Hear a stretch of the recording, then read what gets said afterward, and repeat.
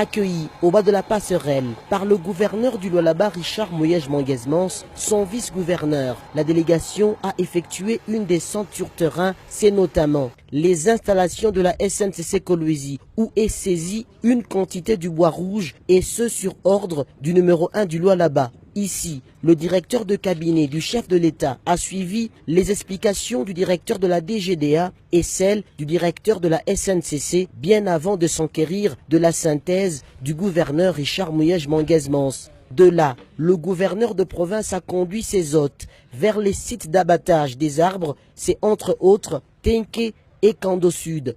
Après cette étape, le directeur de cabinet du chef de l'État était face à la presse du Lualaba. Au cours de ce point de presse, il a annoncé des mesures préventives pour protéger l'écosystème tout en saluant l'implication du gouverneur Richard Moyej-Manguez-Mans.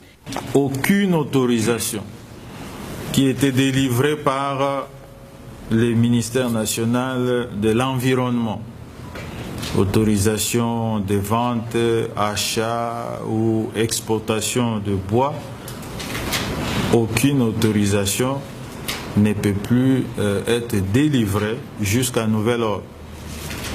Au niveau de la province, aucune autorisation d'abattage d'arbres ne peut plus être délivrée à dater d'hier jusqu'à nouvel ordre.